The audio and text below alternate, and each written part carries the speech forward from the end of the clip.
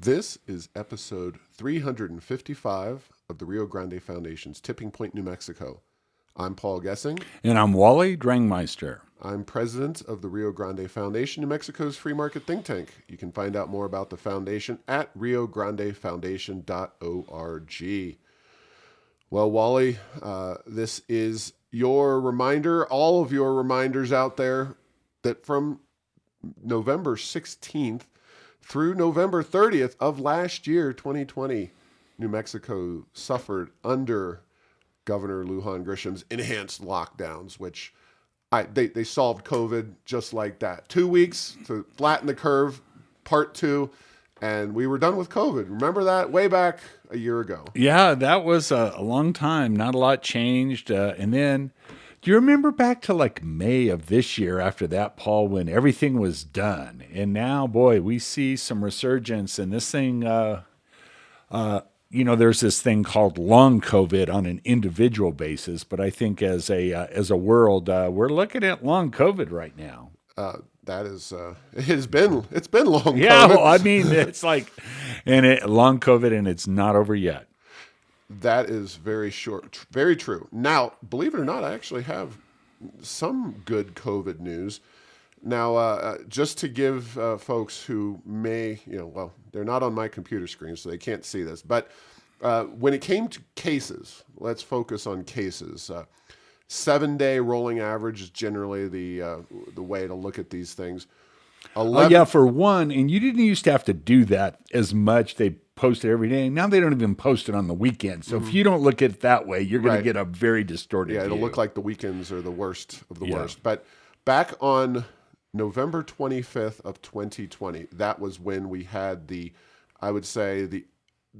highest peak. That's what I see, certainly in the 7-day average, of 2,049 cases a day for 7 days. Looks like that was the peak. Then we kind of progressed downward. There was another little uptick in early January, and then we went down, down, down. Now, it appeared, and of course, we've got vaccines. Mm-hmm.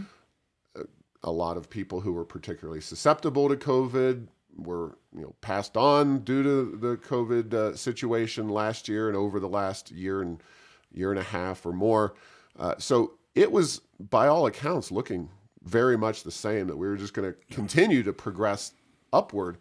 Well, I have some good news, and I'm sure this is totally related to the governor and her anti-COVID attempts.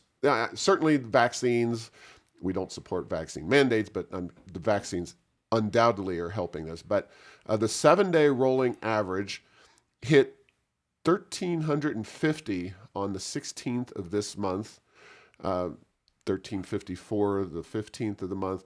But we are actually going downward and have a bit of a sustained drop in the 7-day rolling average as of the 19th. And I can't, unfortunately, the Department of Health site lags behind, but we've dropped below 1,000 cases. Now, this is somewhat surprising. It's good to see that the number of cases is dropping.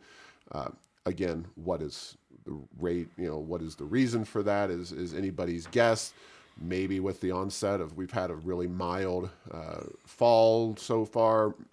Perhaps when people are really crammed together for Thanksgiving, that'll change. Or who knows? The virus is going to do what the virus is going to do. But perhaps this trend downward will continue, and we hope so. But it is worth noting that, thankfully, we have not re-entered these breadline situations where 75 people max were allowed into big box stores, Sam's Club, and other grocery stores.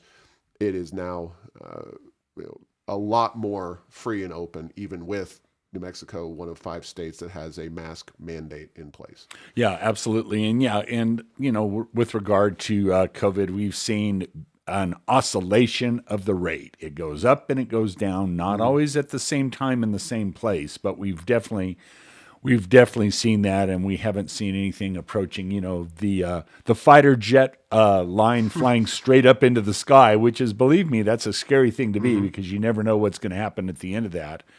But yes, hopefully New Mexico will top out and then continue to come down. And the other thing is, who knows what the weather is whether that's a direct impact. It has to do with whether people are inside or not. It's been a extremely mild early fall until the last few weeks. It's kind of cooled off a little bit, so we'll see what impact that has as well. But maybe things will be good, and it's probably good that it's going down. It seems like the worst is when you have really cold weather right at the time it's peaking. And not saying which is causing the other one, but maybe we can avoid that here in the land of enchantment. Yeah, and it is worth noting that Washington, D.C. Government has repealed and is in the process of eliminating their mask mandate for indoors. Seems like New Mexico is one of those hardcore five areas, 5 states that shows no signs of loosening the mask mandate. Some of the bluest states in the country, not a surprise: Washington, Oregon, Hawaii, Illinois, and New Mexico. Can't really pinpoint any specific difference when it comes to the COVID virus itself. I'd have to go and look at Colorado's showing. Of course, last week we talked about the progressive governor of Colorado, Jared Polis. And you could call it a little bit of a policy fight between himself and Governor Lujan Grisham over whether masks are effective. He basically said, yeah, look at New Mexico. They're doing just as bad as we are. I'm not going to go back and mask everybody. And our governor then and her press folk strenuously defending masks and their supposed importance.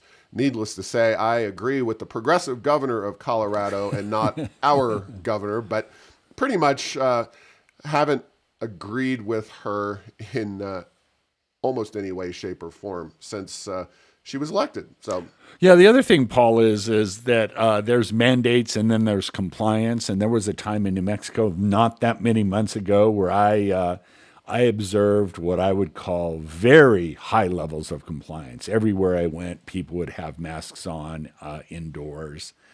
And now, not so much. I will say, I think the restaurant industry, when I've been there, I think they are following the rules extremely closely.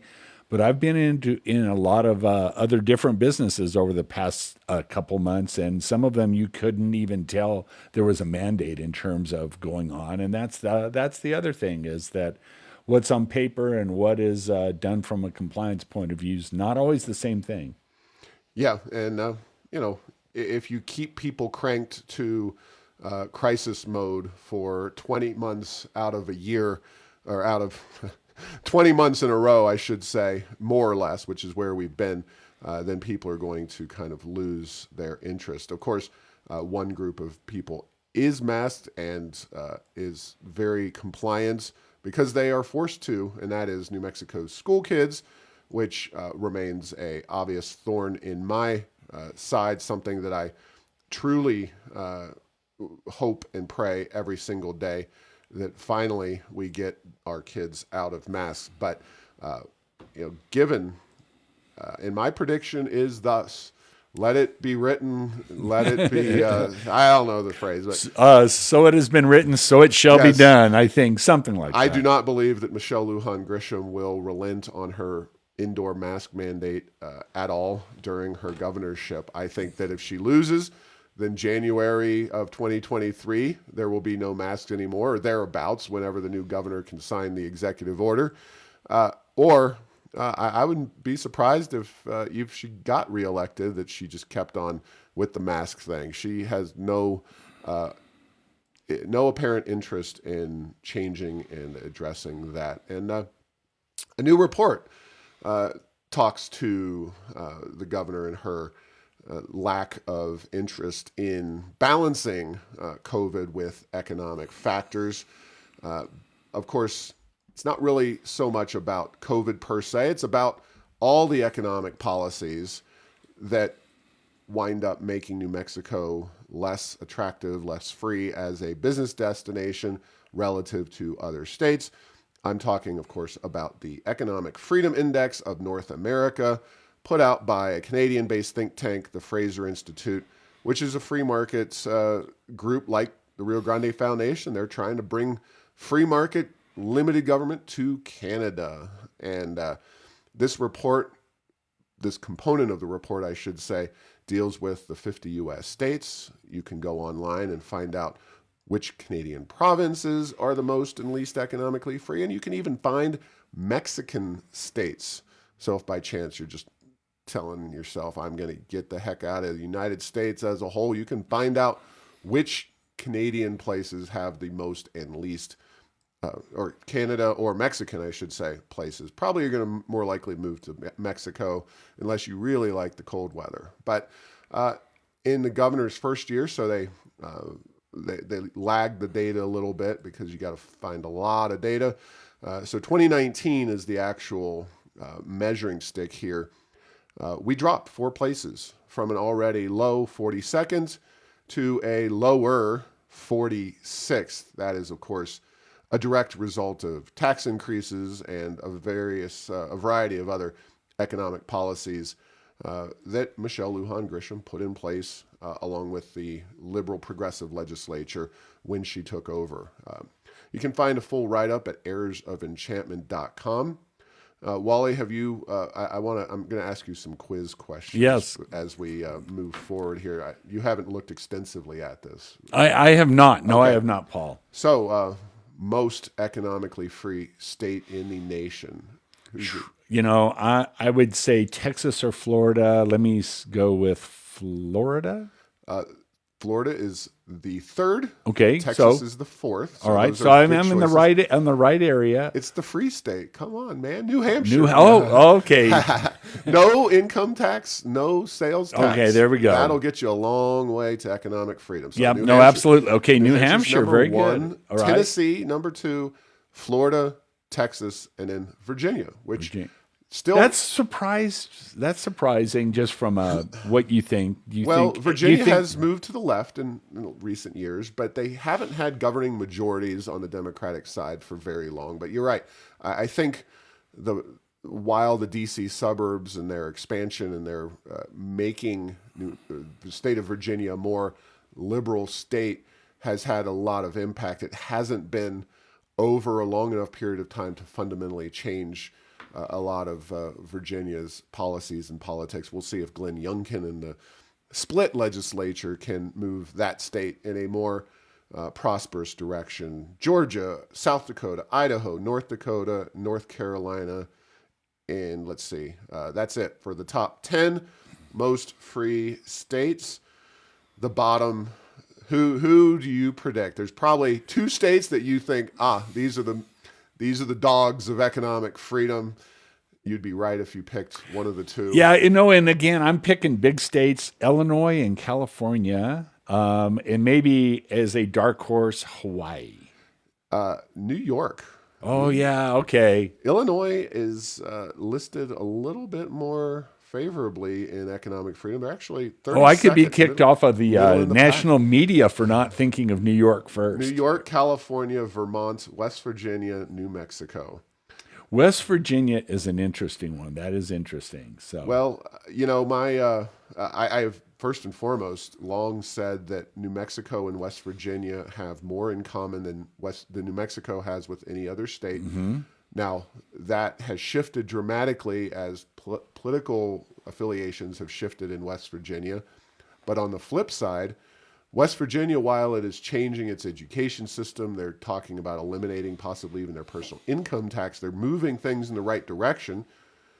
They have made their money in fossil fuels, which is one of the resource dependency, one of the things we have in common with West Virginia. Their resource is a lot less attractive these days than our resource, i.e. coal versus oil and now natural gas again. So, there's obviously still a lot of money, a lot of demand for oil as well as natural gas. Coal, while we've seen an uptick, I don't think we're ever going to see a massive shift back to coal as a fuel source. In the United States. Yes, Yeah, in the United States. and I would say at this point, I don't see an inflection point that would move much of the rest of the world that uses a lot of coal away from coal. There's nothing that would indicate that that's the case. So, Yeah, so this report is linked to and detailed extensively at heirsoфenchantment.com because, as I tell people, Rio Grande Foundation, if you want to really boil down our entire mission, it is increasing economic freedom for the state of New Mexico. And the fact that we have a report on economic freedom, by the way, economic freedom, as loosely defined by the Fraser Institute, is that you get to keep more of your money, so low taxes. You get to have a government that spends less money. And New Mexico is a great example of a government that tax burdens overall we don't look as high. We look very high when you talk about burdens as a percentage of income because we're a poor state, but it's separated from our massive state infrastructure, state government, because a lot of that state spending is paid for via the oil and gas industry. So yeah, if we had the largesse of government without oil and gas, we'd probably be one of the most taxed entities in the world, not just in the United States. Yeah, I tend to agree with you. It would be quite burdensome to be a resident of New Mexico, and that's the back and forth, the good, the bad of the oil and gas industry. It unfortunately creates a pile of money that the politicians can spend with very limited credibility, accountability, and then finally rules and regulations.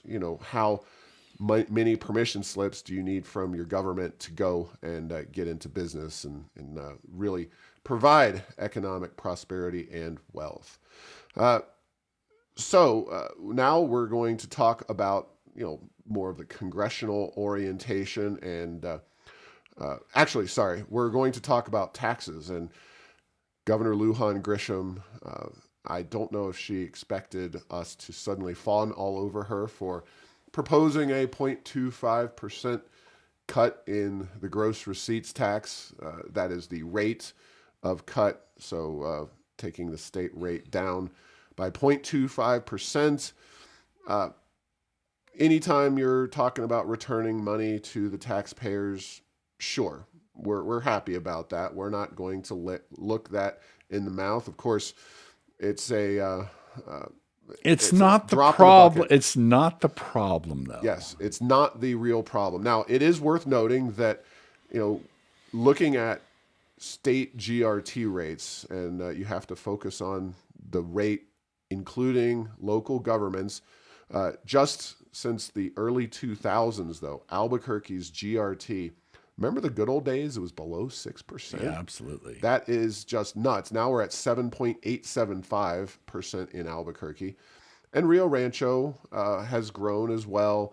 Las Cruces, pretty much any area of the state of New Mexico has seen a fairly significant upward trajectory in gross receipts tax rates. So, and a few years ago, the legislature gave local entities the ability to raise their local portion, right, on top of the state portion, even more. Right. And guess what? Most of them did that. So yeah, and so when you talk about the rate at the state level hasn't evolved that much, that's a true statement. But again, it leaves out a lot of details involving how the distribution of those taxes are made and who pays for what, and various other policies have led to, in Santa Fe, have led to local governments taxing at much higher rates. And one of the things that happened over the years was the grocery tax elimination that led directly to a 0.5% increase. But over the years, it's been just a upward push. Yeah, and then Paul, when they took the tax off of groceries, the legislature initially had kind of a hold harmless, like we're going to make you whole. They soon figured out, whoa, that's more money than we want to put into that, so we'll let you raise taxes on yourselves. And so yeah, it's been a comedy of errors. But to get to what would really be helpful would be the reforming of gross receipts tax on business inputs that are services. Right now, if I buy a product from a company, I don't have to pay gross receipts tax on that. And when I eventually sell it, I do. But if I buy a service or a series of services that go into an eventual service, you pay gross receipts tax everywhere along the line. And when you look at New Mexico's quote unquote relatively low income tax compared to a place like that we talked about, the California's, Illinois, and New York's, boy, business services being taxed multiple times at that 7 and now into the 8% is really tough. It is really tough. And so back when I spent more time at the legislature than I do now, there were a lot of stories about firms that say, well, if I buy this from Texas, they don't charge me gross receipts tax. This service, if I buy it from New Mexico, they do. And there is a lot of that. So I think it's the economic, and I think this is your phrase. So the economic original sin of New Mexico is our gross receipts tax. And, believe me, would I rather have them cut the overall rate by 1/4% as opposed to raise it? Yeah, sure. But there's a lot more reforms that are needed than that would be much more beneficial to economic activity in terms of encouraging businesses to start up in New Mexico, develop in New Mexico, and stay in New Mexico. Yeah, and you speak from knowledge, not just from our conversations, but you run a small business that provides services. So you have to tax or give us the invoice with the tax for this service. Whereas if you, based in New Mexico, have a Colorado client, you don't have to Texas tax, client, Arizona. yeah, you don't have to tax them. Likewise, if I was somehow, we're already in this quasi-virtual world. If I said, Wally, I'm sick of you charging that. Yeah, GRT. you're going to use a guy in Texas, right? Yeah, I could you get a easily do that. 7%. You would get a 7.875% reduction. Whoa, I probably shouldn't be giving you ideas, but right there, Paul, that encapsulates the issue from a business point of view, a small business point of view in New Mexico. Exactly. Now, wait, there's more problems with the gross receipts tax, and it's not necessarily left done, and nothing's addressed with the governor in her policy proposal. There needs to be some kind of reform to limit the ability of local governments to increase rates. I realize that there are such limits, but due to ill-conceived meddling, both Richardson and the grocery tax, and then Susana Martinez's efforts to pull back on the hold harmless, both of those dramatically led to dramatically higher tax rates on the GRT. Obviously, the pyramiding and the services are the number one problem with that tax. But the other thing that needs to be addressed is the ability for businesses to go. We got into this problem because you can go to Santa Fe, hire your lobbyist as a business, as an industry, and plead for a special tax exemption, and chances are you will get it. And ultimately, that results in, as you carve out the base, you lead to higher rates. And that's where we kind of got into this whole problem. So there needs to be some effort to not make it so easy to hand out those exemptions and favors to those special businesses. And unfortunately, I think that's how the grease comes about for the skids of public policy and so much of the legislatures.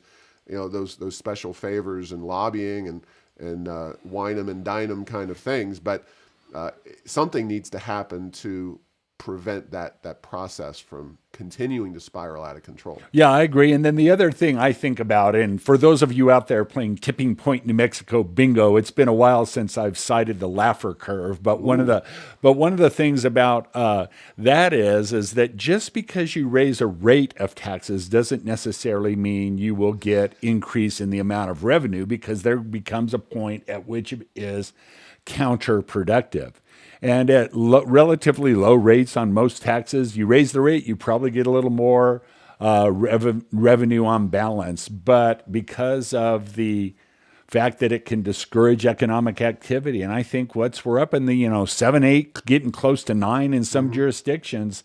I think raising the rate more could be right there with Mr. Laffer's curve. And Paul, it's one of the great benefits is I knew about the Laffer curve. I'd read about it. The fact that I got to that the man, that was just one of those. Now you're my hero. It's like I thought he was there with the Adam Smith Wealth of Nations type. No, he's a relatively he's a real person, a young guy, but his theory is something that I think a lot of policymakers nationwide and now increasingly in New Mexico probably ought to take a look at that concept. Well, I think you may be conflating me with Jonathan Williams, who is the head of the ALEC book. Oh no, but I'm saying with them. But I know Arthur Laffer. Yeah, no, I mean I'm not saying you're best step. buddies, but it's one of those. Like I say, the fact that you say no, he's alive. Yes, he is very much alive, and a case of a special interest group, a politically connected entity getting special favors when it comes to the gross receipts tax. This one, I do think I know what you're going to say. Is the Spaceport. Yes. Oh, because, Paul, millionaires and billionaires don't need to be paying gross receipts tax on their flight to space, do they? Is that right? Well, it's a little trickier than that. Okay. So this has been around for a while, but a reporter, Kathleen Sloan from the Sierra County Sun, recently published an article, and we've been looking at this at this issue as well. Not because there's no exemption for the spaceport. We know there is an exemption. In fact, the ruling from Tax and Revenue Department on a legislative exemption for certain activities at the spaceport, and correct me if I'm wrong. So there is a deduction from the GRT, including receipts from launching, operating, or recovering space vehicles or payloads in New Mexico. Okay, that is the letter of this law and the way it's interpreted. Launching, operating, or recovering space vehicles or payloads. Now, they have not done a single one of those after more than a decade of being opened at the spaceport. However, they have sold lots of tickets. I don't know, thousands of and to be fair, they've had launches, but they were still in the development phase. Was that fair to say? So, yeah, they've done it, but it hasn't been a regular, normal business activity. Right. Virgin Galactic has not done any payloads that I know of. Yeah. They had their test flight over the summer. You could argue maybe Spin Launch or one of these others. Yeah.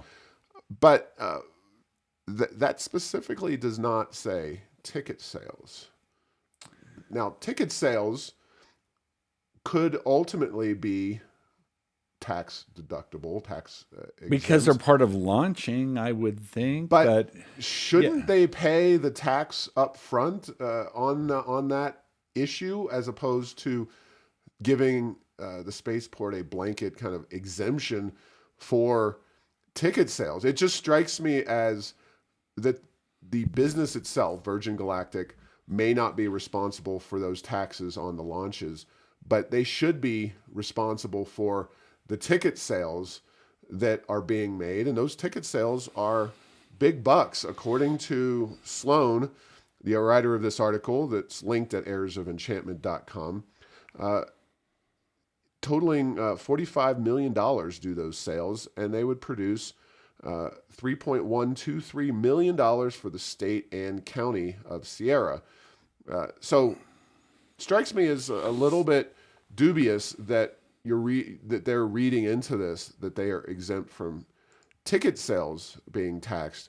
But Paul, and I don't know the answer, but the way I was reading it is, okay, take launches and put the word flights as it applies to commercial aviation and say, we don't need to charge gross receipts tax on flights. Well, isn't a flight charge your ticket is what I was thinking. But, it's one of those, I don't have the details on that. But in any event, they have a benefit of some kind, or else it wouldn't be in there, right? I mean, we wouldn't be talking about it Absolutely. if there isn't some benefit. And it is interesting to know.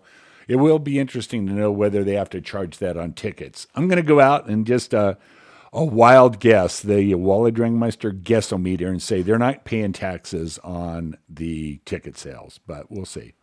Oh no, they're not. They have not been doing that. They've not been collecting Yeah. the taxes. Whether you would read this ruling so favorably, I think, is an open question. Oh yeah, yeah. Well, and I guess what I'm saying is I predict not only that they aren't, but that they probably are going to take that, and no one's going to challenge them within the government because that ruling's already come out of tax. Well, and right, Rev. because the spaceport is a favored institution, and they get the benefit of the doubt. Whether Or they need all the help they can get is another way of looking at Fair it. enough. All right. Now we're going to shift to the federal government, where the Build Back Better boondoggle plan passed the House. Now, this is the one that the progressives, the AOCs of the world, the hard left, wanted Build Back Better very badly. They were trying to stop the infrastructure bill that Biden wanted, that was somewhat supported by Republicans in Congress, but definitely a Biden priority. That one did pass and is now the law of the land, and spending somewhere north of $1 trillion. In a This, way that doesn't impact inflation. At least oh no, that's the absolutely talking not. Yeah. point. So But the Build Back Better is the progressive wish list. It's got all kinds of left wing policies in there, child care, tax credits. But we looked at some information from the Committee for a Responsible Budget, federal budget. We linked to a story at errorsofenchantment.com. You can find out more details for yourself. And this was a party line vote in the House. I think one Democrat in the House voted against it, but by and large, all of them lined up and supported it, including, of course, Stansbury and Leger Fernandez here in New Mexico. Yvette Harrell voted against Build Back Better, which the one of the top priorities in the entire piece of legislation is something called state and local tax relief, SALT. and I thought you were going there. Yeah, I was just texting that before even. And yes, SALT is to reward the millionaires and billionaires of New York and California. Yeah, it is a very generous tax exemption. The way it works is that up until a few years ago, the federal government, if you were in a high tax state, would give you a deduction against your your state taxes. So you And could, pretty much unlimited. yeah, you could take a very generous deduction against taxes that you were paying to your state government on your federal tax returns. Obviously, that is a very generous benefit for high earners in high tax, high income states, New York and California being two of those. And the chart that I use from the Committee for a Responsible Federal Budget really highlights how the SALT exemption in the Build Back Better bill dwarfs other policies like the child tax credit. It is there's nowhere near the amount of money being foregone by the federal government from the child tax credit expansion relative to what's being given out in terms of, I guess you could call it a form of tax relief. It's certainly a tax benefit for high income taxpayers. Not so much in New Mexico, where we could discuss the relative merits of New Mexico's tax code, but numerically speaking, it's different from tax burden, which is as a percentage of income. We're talking about high dollar, high earners, because living in New York and California is so much more expensive than it is to live in New Mexico. And the rates of income taxation are higher Exactly. as well. Yeah, and there's lots of ways to look at this, but one of the perspectives is that it's just another bailout of high tax and spend states like California and New York that their residents don't have to pay the full or have to bear the full impact of that high rate because you get that federal deduction, unlimited, or you used to. So it's a subsidy for high tax states. It's Yeah. basically a federal initiative that assists both the wealthy people and the blue big government states like New York, California, Connecticut, you name them, you know who they are. Yeah. And it is a unfortunate policy. And one Bernie Sanders said it sends a terrible message. He's talking about the inclusion of the SALT deduction and Build Back Better. You can't be on the side of the wealthy and the powerful if you're going to really fight for working families. And I cannot do a good Bernie Sanders impression. It is right there for the taking. But Sanders, I'm sure, voted for the entire, well, he hasn't voted yet, but he's a supporter of the entire package, just not a big proponent of the state and local tax deduction, including that in this legislation. This is the one that Joe Manchin and Kirsten Sinema have been implacably opposed to. The Biden folks are working busily to bully those two recalcitrant moderate Democrats to support this. And they're also working to manipulate the numbers to make it look like this is somehow a fiscally responsible proposition, which it is not. And Biden's flat out lying by saying that it's zero cost. And you know what? That's a theme we've seen now for basically since the beginning of the Biden administration. They started to have their economic problems and throwing a lot of money in things as, this is paid for and will not increase inflation. And anytime you hear that coming out of Washington, on a good day, it's probably not true. But boy, I don't know how they can say that with a straight face. So, well, that is an excellent question. I don't have the answer to how they seriously say some of the things they do. Now, speaking of politicians behaving hypocritically, we've talked a little bit about Governor Lujan Grisham's junket over to Scotland. It was paid for, and the Rio Grande Foundation has requested information on this. We were told, because this is just about the word-for-word response, is because this was paid for by a third party, i.e. a major environmental group, that this is not a public record. And we'll see. That may be accurate. We would expect that this is a very generous campaign contribution that should be reportable on her campaign finance documents. But the governor's trip to Scotland was paid for by something called the Climate Registry, which of course is a 501c3, which does not have to report their donors. We're under the same banner. We get it. But we are also wondering exactly what mode of transportation the governor took. Was it flying in coach? We're skeptical. Flying first class? More likely. Flying a private jet? possible. Maybe not, but Yeah. it's certainly, I think, is something that we have a right to know about, regardless of who pays the freight on this thing. And the fact that it's not the taxpayers, but it's a third-party organization, which is very closely politically aligned with the governor. Do we really accept the idea that these third-party organizations, I can vouch, 15 years, Rio Grande Foundation has not bought so much as a plane ticket for any elected official in New Mexico. Nor let anyone ride on the company jet, right? The jet has been parked. It's been grounded for a very long time. Unfortunately, putting my arms out and flapping them, Yeah. that is the Rio Grande Foundation's private jet. No, Paul, in a little quick thought experiment, Yeah. if I buy the governor, let's just say a plane ticket. Let's keep it simple. If I buy a plane ticket, that could be a gift, which I don't think in general governors are allowed to accept gifts. That could be a campaign contribution, possibly.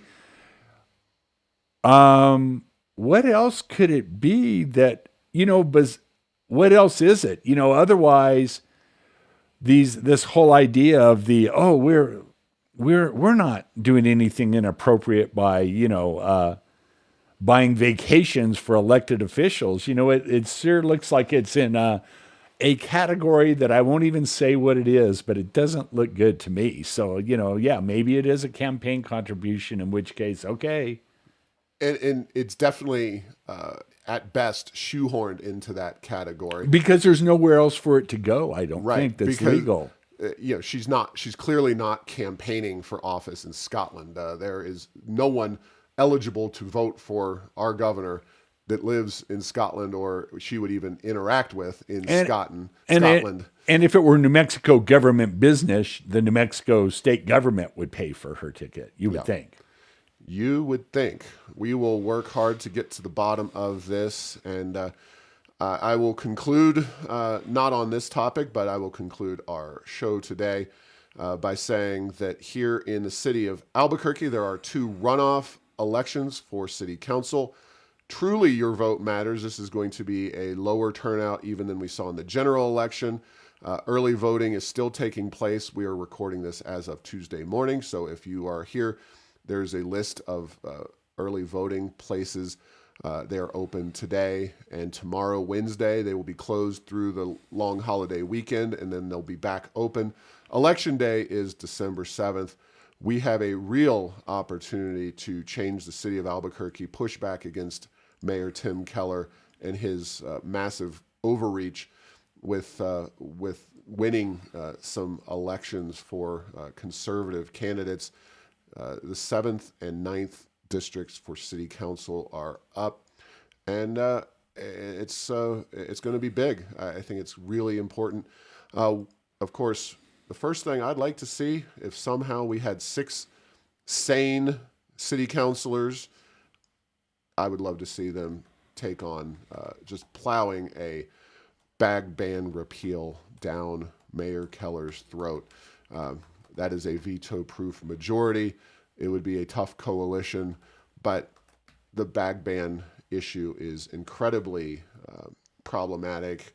It's just silly. It's not for the environment, moving to stitched bags made overseas as opposed to the plastic bags we have at the stores now. Very, very senseless. And of course, we will be dealing with issues at the city of Albuquerque for a very long time.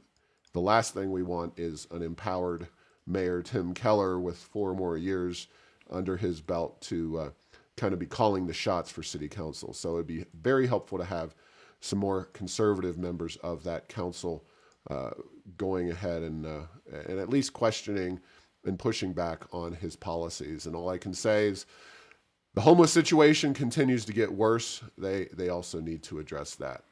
Yeah, and then just one thing about if you were inclined to vote and eligible to vote, because one of those districts, there's a lot less early voting locations, which you would expect. There's only a couple. So I'm looking at the Bernalillo County Clerk's website, early voting locations for the runoff elections, and see where those are. So, Yep. And thanks for listening to this week's episode. Happy Thanksgiving, everyone. You can find all episodes at tippingpointnm.com or at the Rio Grande Foundation's YouTube channel. Subscribe to this show at Apple, Stitcher, or have your Google Home play Tipping Point New Mexico. Thanks to Path 3 Marketing for producing this show.